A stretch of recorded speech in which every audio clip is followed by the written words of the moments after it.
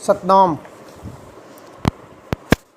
प्रिय बंधुओं, आज हम आपको लग्न भाव से संबंधित कुछ प्रमुख योग बता रहे हैं। फलित ज्योतिष अध्ययन करना सीखें भाग 2 आज चर्चा है, जिसमें लग्न भाव से संबंधित प्रमुख योग हम बताएंगे, जिसमें 40 योग हैं। 40 योगों को हम साथ साथ बताएंगे। उसके बाद में धन भाव से संबंधित प्रमुख योगों के बारे में बताएंगे। इस तरह से करके हम सभी योगों के बारे में बताएंगे, क्योंकि आपको मैंने जो पिछले वीडियो में बताया था, द्वादश भाव के विचारणीय विषय बताए थे कि किससे क्या देखा जाता है, ये मैंने आपको बताया था। लेकिन लग्न भाव से संबंधित प्रमुख योगों के बताने से पहले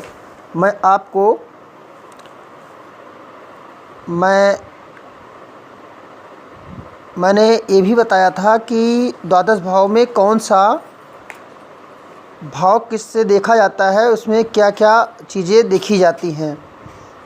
द्वादश भाव के विचारणीय विषय मैंने बता दिया था। अब प्रथम फल भाव विचार में क्या देखना है, तो जन्म कुंडली में जन्म लग्न की प्रधानता होगी। जन्म लग्न से ही शरीर के सभी गुणधर्म स्वाभिमान का ज्ञान होता है। ये प्रथम भाव का विचार होता है। जन्म लग्न में प्रत्येक ग्रह का प्रभाव कैसा है, तो लग्न में सूर्य, अगर लग्न में सूर्य है तो ईमानदार, क्रोधी, नेत्र रोगी, अल्पकेश, बाल्यावस्था में रुग्ण, कंठ या गुदा में तिलयुक्त, प्रवासी, सूरवीर, कुशाग्र बुद्धि, अस्थिर, संपत्ति, धनी, यशस्वी आदि योग कारक सूर्य हो जाता है। अब अगर लग्न में चंद्र किसी के बैठा है तो कोमलांगी, सुंदर, चंचल स्वभाव, शीत रोग से ग्रसित, विद्या व्यसनी, उदर रोगी, मानसिक चिंताग्रस्त, व्यसनी, व्यभिचारी, धनी, मानी, मस्तक पीड़ा, गुणगान, ये चंद्र लग्न में बैठने से ये सब उसके गुण हो जाते हैं। अब लग्न में अगर मंगल बैठा हुआ है तो व्यक्ति साहसी होगा, क्रोधी होगा, स्वार्थ साधना में तत्पर होगा, धोखेबाज भी हो सकता है, मस्तक पर चोट का निशान भी हो सकता है, उग्र यात्रा प्रेमी, घूमने फिरने में माहिर हो जाता है, नेत्र रोगी रहता है, रक्त प्रकृति रहती है, रक्त में विकृति बनी रहती है, रक्त रोग हो जाता है, अल्प संततिवान हो जाती हैं। जिसके लग्न में मंगल बैठ जाता है उसके संतान कम होते हैं। लग्न में अगर बुध बैठा हुआ है तो सुंदर शरीर, ठिगना कद, दीर्घायु, आस्तिक, विनोदी, वैद्य, ज्योतिष प्रेमी, सभा चतुर, कार्यपटु, गणितज्ञ, राजमान्य, मधुरभाषी, प्रतिष्ठित, सदाचारी, राज्य से सम्मानित व्यक्ति होता है। लग्न में अगर गुरु बैठा है तो ज्ञानी, ध्यानी, सुखी, चिरायु, भोगी, कर्तव्यपरायण, विद्वान, कृतज्ञ, स्पष्ट वक्ता, धनी, व्याकरण व ज्योतिष का प्रेमी, साहसी होगा। लग्न में शुक्र अगर बैठा है तो सुंदर, कुटुंब प्रेमी, स्त्रियों में आसक्त, सौंदर्य प्रेमी, प्रवासी, मधुर, गणितज्ञ, धर्मात्मा, दीर्घायु, विद्वान, प्रतापी ऐसा हो जाता है अगर लग्न में शुक्र है। अगर लग्न में अगर शनि है तो चालाक, कुटिल स्वभाव, चर्म रोगी, वात रोगी, आलसी, स्वार्थी, भृत्य, कार्यकर्ता, बाल्यावस्था में रोगी, एक जगह संबंध टूटकर दूसरी जगह का विवाह होना, ये शनि के लग्न में होने से होता है। अब लग्न में अगर राहु बैठा है तो नीच, कर्मरत, मनस्वी, अल्प संतति, साहसी, बात का धनी, मस्तक पीड़ा, वैद्य, डॉक्टर बन सकता है। मेष, कर्क राशि, सिंह राशि में धन लाभ, सेवक बन सकता है। अब अगर मैंने राहु तक बताया, और राहु की तरह ही केतु का कार्य होता है। राहु के ठीक 7वें घर में केतु होता है। ये लग्न के विचार थे। अब आप देखिए लग्न भाव से संबंधित प्रमुख योग। लग्नेश शुभ ग्रह होकर यदि धन भाव में स्थित हो जाए तो वह व्यक्ति अपने जीवन में निश्चय ही अकस्मात धन प्राप्त करता है एवं उस धन का सदुपयोग भी करता है। नंबर 2 पर आता है लग्नेश दूसरे स्थान पर हो, द्वितीयेश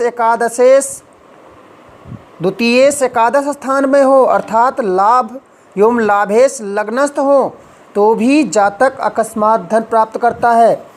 लग्नेश निर्बल होकर के अष्टमेश 4, 5, 9 के स्थान पर हो तो जातक का दिवाला अवश्य निकल जाता है, सब कुछ नष्ट कर देने वाला होता है।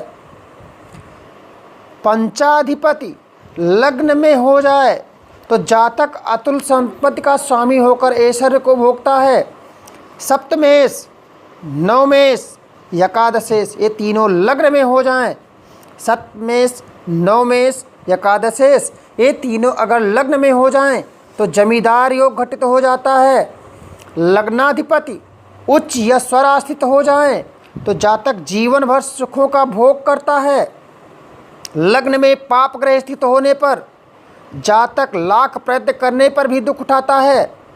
लग्न में अगर शनिश्चर, अष्टमस्थ राहु, छठे स्थान पर मंगल होने से जातक जीवन भर भारी कष्ट उठाता है। लग्नेश द्वादश स्थान में हो, 10वें स्थान पर पाप ग्रह स्थित हो, फिर और किसी भी स्थान पर चंद्रमा व सूर्य एक साथ बैठे हो तो महादुख योग घटित हो जाता है। कोई नहीं रोक सकता इसको, महादुख योग घटित हो जाएगा।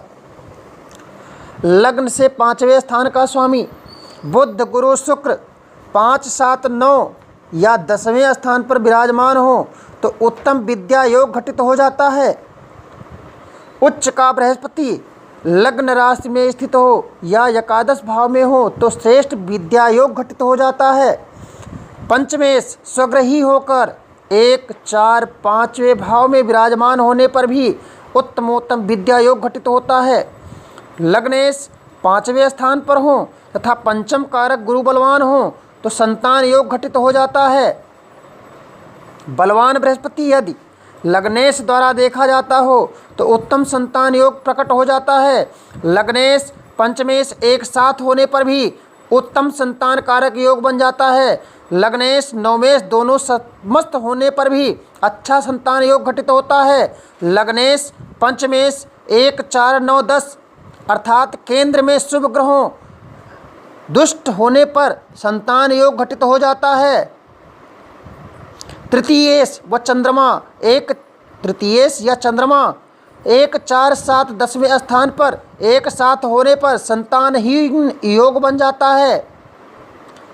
तृतीयेश व चंद्रमा 1, 4, 7, 10वें स्थान पर एक साथ होने पर संतानहीन योग बन जाता है। उसके संतान होने में बाधाएं आती हैं, नहीं हो पाता।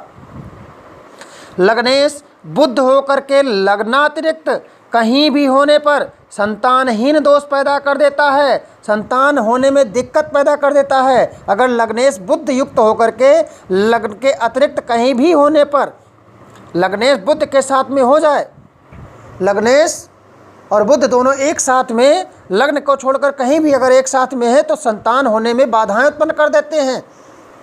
छठे घर का स्वामी सूर्य के साथ लग्न में होने पर मुंह से संबंधित रोग उत्पन्न कर देता है। मंगल और शनि लग्न में लग्नेश को देखते हो तो विभिन्न रोगों से जातक ग्रसित रहता है। अष्टमाधिपति व लग्नेश कहीं भी साथ में होने से रोगात्मक स्थिति उत्पन्न करते हैं, रोग को बढ़ावा देते हैं। द्वितीय सप्तमेश लग्न में होने पर उत्तम विवाह योग कारक बन जाता है, उत्तम विवाह होता है, बड़ी अच्छे घर में शादी हो जाती है। लग्न से 7वें 12वें भाव में पाप ग्रह होने पर प्रतिबंधक योग घटित होता है।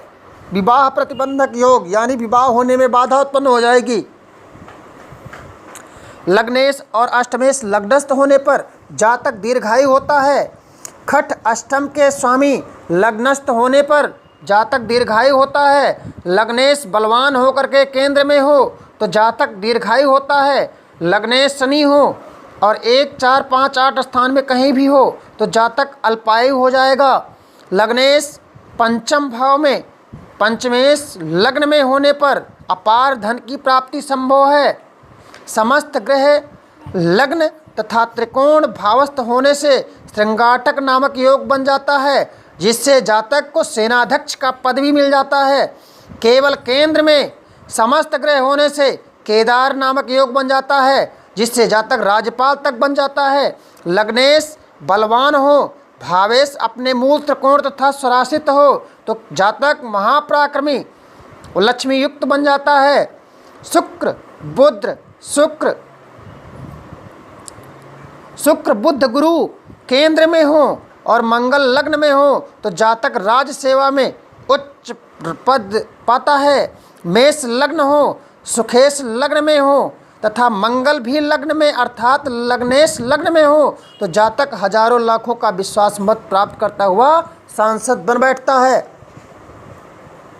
मेष लग्न में हो, उसे कोई पाप ग्रह नहीं देख रहा है तो ऐसा व्यक्ति उच्च स्तरीय शासनाधिकारी हुआ करता है।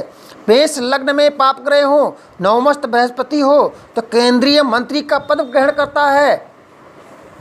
यदि जन्म लग्न में शुभ ग्रह से युक्त हो तो शुभ योग घटित होने से जातक को अच्छा फल मिलता है। वाणी में मंत्रमुग्ध करने की शक्ति होती है।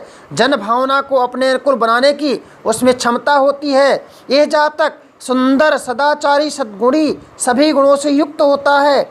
लग्न सहित चारों केंद्र स्थान खाली हो तो जातक अरबपति के घर में जन्म लेकर के भी दारिद्र योग जीवन भर घटित होता है, जीवन भर दरिद्र बना रहता है।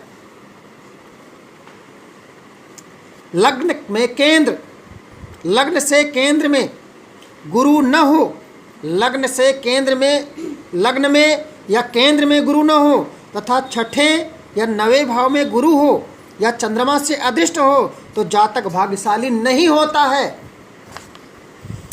अगर गुरु लग्न में और केंद्र में नहीं है या छठे और नवे भाव में गुरु है और चंद्रमा से अदृष्ट है तो जातक भाग्यशाली नहीं होगा। वो जीवन भर उतार चढ़ाव में, संघर्षों में जीवन बीत जाएगा, चला जाएगा। आजीवन कर्ज में डूबा रहेगा, कर्ज कभी खत्म नहीं होगा। सामान्य जन भी उससे घृणा करते हैं, परिवार वाले भी उससे घृणा करते हैं, नफरत करते हैं, कोई नहीं मानता उसे। तुला या वृक्ष लग्न हो तो केंद्र में शुक्र व गुरु होने पर गंधर्व नामक योग होता है। ऐसा जातक उच्च कोटि का गायक होता है या देश विदेश की कई यात्राएं करता है। आपको आज मैंने प्रथम भाव से संबंधित योगों के बारे में बताया, इसको आप ध्यान से समझ लीजिए। अगला विषय हमारा जो होगा द्वितीय भाव से संबंधित मैं प्रमुख योगों के बारे में बताऊंगा। आपको 12 दिन में जो भाव के बार बार वही रिपीट करने से कोई विशेष फ़ायदा नहीं, इसलिए हम 12 भाव के योगों के बारे में आपको पहले बताएंगे, तब हम आगे समझाएंगे। पहले सब बताना ज़रूरी है और जब समझ में आ जाएगा तो इन ग्रहों का फल क्या होता है इनके बारे में तब हम बताएंगे। पहले इसको समझाएंगे योगों के बारे में, फिर द्वादश भाव के विचारणीय विषयों के बारे में विधिवत समझाएंगे और जब आपकी समझ में आ जाएगा तब थोड़ा सा समझाना रहेगा, तब हम आपके आगे प्रत्यक्ष होंगे। सत्यनाम बोलो गुरु महाराज की जय।